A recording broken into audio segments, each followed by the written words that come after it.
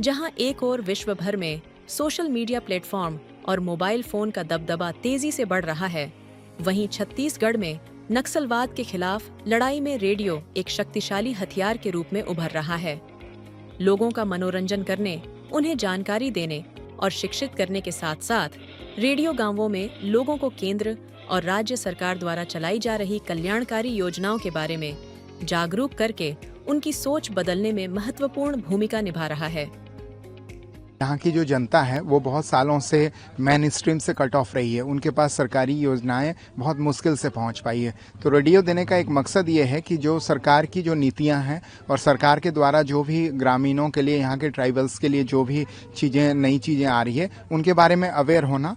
और दूसरा क्या है कि मेन स्ट्रीम से यहाँ पे चूँकि लाइट भी बहुत सालों से नहीं रही है, तो इनके पास जो है मीन्स ऑफ एंटरटेनमेंट के नाम पे कुछ भी चीज़ें नहीं थी। तो रेडियो देने का मतलब ये है कि ये लोग मेन स्ट्रीम से भी जुड़े रहें और आपस में 10 लोग बैठ करके एक साथ, जो गांव के लोग इधर उधर के कार्यों में व्यस्त रहते हैं, उन स्थानों पे रेडियो बजा करके विभिन्न तरह के रंगमंच के कार्यक्रम वगैरह सुन के सरकार की नीतियों को एक अपने समाचार के माध्यम से सुन करके ये सरकार की नीतियों से भी अवगत होते हैं और साथ में एक ग्रुप समूह बैठ करके मनोरंजन भी करते हैं।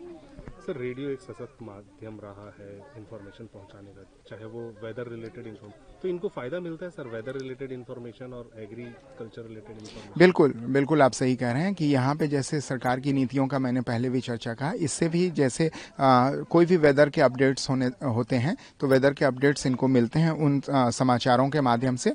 और इनके अलावा भी बहुत सारे ऐसी इन्फॉर्मेशन है जो कि इनके पास कानों कान नहीं पहुँच पाती है, तो रेडियो इनके लिए सशक्त माध्यम बना है। और सीआरपीएफ ने इन चीज़ों को बखूबी पहचाना है, इसलिए उनके लिए ये रेडियो जो चीज़ें अवेलेबल कराई गई हैं। और इसका असर भी बहुतायत दृष्टि में देखा गया है कि जब भी हम लोग कोई पेट्रोलिंग या किसी ड्यूटी के माध्यम से गांव में जाते हैं तो वहां देखा जाता है एक समूह के लोग बैठ करके उस रेडियो को बड़े चाव से सुनते हैं। तो इसका व्यापक पैमाने पे जो है गांव के लोगों में असर दिखा है।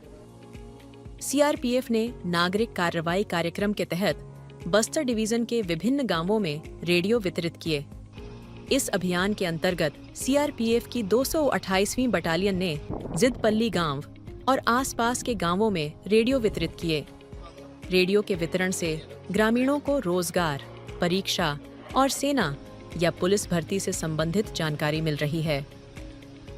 ये होता है सीआरपी कैंप से दिए रेडियो, उससे हमको समाचार जानकारी के लिए और गाना सुनने के लिए, और कुछ तूफान आएगा तूफान का जानकारी, और कुछ जो ऐसी बोलते हैं बड़ा बड़ा अधिकारी लोग, कुछ जो मीडियम वाले बोलते हैं वो समाचार सुनने के लिए, और बारिश हो रहा है यहाँ पे, ये हो रहा है वो हो रहा है, सब सुनने के लिए दिए रेडियो। उसके बाद क्या हुआ सर, हमको सीआरपीएफ कैंप आया, वहाँ से रोड अस्पताल के लिए सुविधा आना जाना करने के लिए थोड़ा पहले इतना दिक्कत था, कीचड़ था, कीचड़ के बगल में कभी तो कटिया में डो के अस्पताल जा रहे थे डिलीवरी वाले, कुछ पेशेंट बीमारी।